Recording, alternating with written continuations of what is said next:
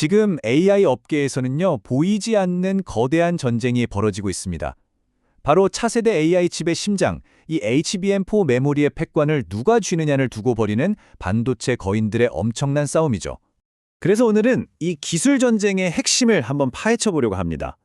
먼저 AI가 왜 이런 고성능 메모리를 필요로 하는지, 그 메모리 장벽이라는 문제부터 시작해서요.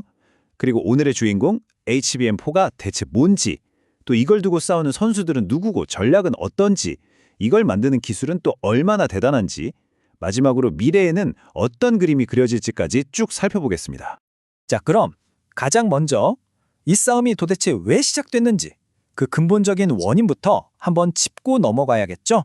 현대 AI의 발목을 잡는 가장 큰 문제가 뭘까요? 보통은 더 빠른 프로세서, 그러니까 더 똑똑한 두뇌를 생각하기 쉽잖아요. 근데 진짜 병목은 사실 다른 데 있습니다. 생각해보세요. 아무리 천재적인 두뇌를 가졌어도 책을 한 장씩 아주 느리게 넘겨준다면 그 능력을 제대로 발휘할 수 있을까요? 똑같습니다. 바로 이 현상을 메모리 장벽이라고 부릅니다. 말 그대로 벽에 부딪힌 거죠. 프로세서는 데이터 빨리 줘 하고 소리치는데 메모리가 그 속도를 못 따라가는 거예요. 이건 마치 왕복 16차선 고속도로에 톨게이트가 딱 하나뿐인 상황이랑 비슷해요. 그 비싼 GPU들이 데이터를 기다리면서 그냥 놀고 있게 되는 거죠. 엄청난 낭비잖아요. 이게 바로 AI 발전의 가장 큰 걸림돌이었습니다.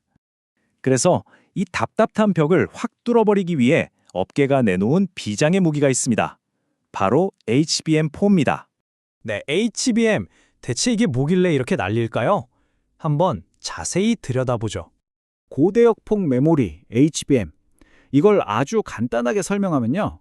메모리 칩을 아파트처럼 수직으로 착착 쌓아 올린 거라고 생각하시면 돼요. 기존 메모리가 단독주택을 옆으로 쭉 늘어놓는 방식이었다면 HBM은 좁은 땅에 추고층 빌딩을 짓는 거죠. 왜 이렇게 하냐고요? 칩하고 칩 사이의 거리가 극단적으로 짧아지니까 데이터를 주고받는 속도가 비교가 안 될 정도로 빨라지는 겁니다. 이 표를 보시면 그 차이가 그냥 확 와닿으실 겁니다. 우리가 보통 쓰는 DDR5 메모리랑 HBM4의 데이터 전송 속도, 즉 대역폭을 비교한 건데요. 숫자가 거의 수백 배 차이가 나죠. 이건 그냥 조금 빨라졌다, 이 수준이 아니에요. 이건 뭐랄까, 경비행기 타다가 갑자기 우주선으로 갈아탄 거나 마찬가지입니다. 완전히 차원이 다른 거죠. 자, 그럼 이제 진짜 본 게임으로 들어가 보겠습니다. 이 HBM4라는 엄청난 무기를 차지하기 위해 세계 최고의 반도체 기업들이 어떻게 싸우고 있는지 그 전쟁터 한복판으로 들어가 보시죠. 이 전쟁의 주인공은 바로 이 세 기업입니다. SK하이닉스, 삼성전자, 그리고 마이크론. 그런데 재밌는 건요, 이 세 회사가 정상에 오르기 위해 선택한 길이 제각각이라는 겁니다. 먼저 SK하이닉스. 이 회사의 전략은 밀도, 즉 얼마나 많이 쌓느냐입니다. 세계 최초로 무려 16층짜리 HBM4를 공개했는데요. 이게 얼마나 대단한 거냐면요. 각 층의 두께를 사람 머리카락 굵기의 3분의 1까지 줄여야 가능하거든요. 이걸 해낸 겁니다. 한마디로 가장 큰 AI 모델에게 가장 많은 먹이를 주겠다는 아주 확실한 목표를 가진 전략이죠. 자, 삼성은 좀 다른 길을 갑니다. 삼성의 키워드는 효율과 통합이에요. 우리는 에너지 효율을 40%나 개선했다고 자신하고 있고요. 더 무서운 건 HBM에 필요한 메모리 칩부터 그 아래에 까는 기반 칩까지 A부터 Z까지 전부 다 자기네 공장에서 만든다는 원스톱샵 전략입니다. 이건 다른 회사들이 서로 협력해야 하는 약점을 정면으로 파고드는 아주 강력한 무기죠. 마지막으로 마이크론. 마이크론은 대역폭에 올인했습니다. 아까 데이터 고속도로 비율을 들었잖아요. 마이크론은 아예 도로 차선을 2배로 넓혀버리겠다는 겁니다. 데이터가 다니는 길 자체를 넓혀서 한 번에 더 많은 정보를 옮기겠다는 아주 명쾌한 전략이죠. 그리고 이 전략을 위해 정말 어마어마한 돈을 쏟아붓고 있습니다. 결국 이 세 회사의 치열한 경쟁에서 가장 큰 수혜를 보는 곳은 바로 엔비디아입니다. 엔비디아의 차세대 GPU, 코드명 루빈에 이 HBM4가 탑재될 예정이거든요. 근데 이게 한두 개 들어가는 게 아니라 칩 하나에 무려 8개의 HBM4 스택이 들어갑니다. 상상이 가시나요? 그럼 이게 어떤 의미를 가질까요? 이 칩 하나의 데이터 처리량이 초당 22TB에 이를 수 있다는 계산이 나옵니다.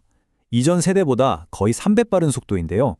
쉽게 말해 예전에는 거대한 서버룸 전체가 해야 했던 일을 이제는 GPU 칩 하나가 실시간으로 해칠 수 있게 된다는 뜻입니다. 정말 어마어마한 발전이죠. 아니 근데 이렇게 머리카락보다 얇은 걸 16층씩이나 쌓고 이게 도대체 어떻게 가능한 걸까요? 자, 지금부터는 잠시 그 경이로운 공장 안으로 들어가 보겠습니다. 이 메모리 빌딩을 짓는 과정은요, 정말 예술에 가깝습니다. 먼저 실리콘 웨이퍼에 아주 미세한 수직 터널을 수천 개 뚫어서 구리로 채워 넣고요. 그 다음엔 이 얇디 얇은 웨이퍼가 부서지지 않게 임시 지지대에 붙인 다음에 뒷면을 마이크로미터 단위까지 정밀하게 싹 갈아냅니다. 그리고 마지막으로 이렇게 만든 칩들을 오차 없이 정확하게 착착 쌓아 올리는 거죠. 이 중 하나라도 삐끗하면 그냥 불량품이 되는 겁니다. 그리고 여기서 또 하나 재밌는 포인트가 있어요. 이 칩들을 사서 붙이는 방식이 회사마다 다르다는 건데요. 삼성과 마이크론은 TC-NCF라는 방식을 씁니다. 이건 마치 뜨거운 팬케이크를 한 장씩 한 장씩 신중하게 쌓아 올리는 것과 비슷해요. 열과 압력을 이용해서 한 층씩 붙이는 거죠. 반면에 SK 하이닉스는 MRMUF라는 방식을 쓰는데 이건 여러 층의 팬케이크 사이에 시럽을 바르고 오븐에 넣어 한 번에 굽는 것과 비슷하다고 할 수 있습니다. 모든 층을 한 번에 녹여서 붙이는 기술이죠. 어느 쪽이 더 좋다고 말하기보다는 문제에 접근하는 방식이 다른 일종의 기술 철학의 차이라고 볼 수 있겠네요. 하지만 이 싸움은 여기서 끝이 아닙니다. 이미 수면 아래에서는 다음 전쟁이 시작되고 있거든요. 그리고 그 전쟁터는 우리가 지금까지 얘기했던 것과는 완전히 다른 곳이 될 겁니다. 바로 HBM4의 가장 아래층, 이 모든 메모리 칩을 바치고 있는 베이스 다이에 대한 이야기입니다. 예전에는 이게 그냥 단순한 받침대 역할만 했거든요. 그런데 HBM4부터는 이 베이스 다이를 최첨단 공정으로 만들어서 마치 작은 프로세서처럼 쓸 수 있게 됩니다.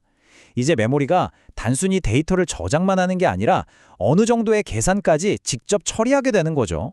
이걸 바로 맞춤형 HBM, 줄여서 CHBM이라고 부릅니다.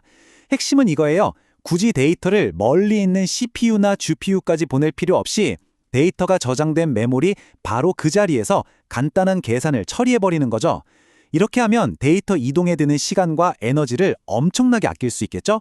효율이 극대화되는 겁니다. 이건 정말 컴퓨터 구조에 대한 생각을 근본부터 바꾸는 겁니다.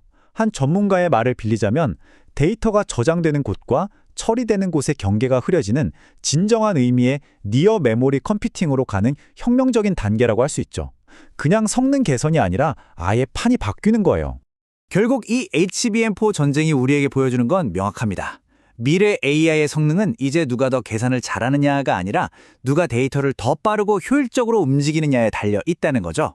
그러다 보면 언젠가는 메모리가 프로세서를 대체하는 시대가 올지도 모릅니다. 여러분은 어떻게 생각하시나요? 어쩌면 우리는 지금 그 거대한 변화의 시작점에 서 있는 건지도 모릅니다.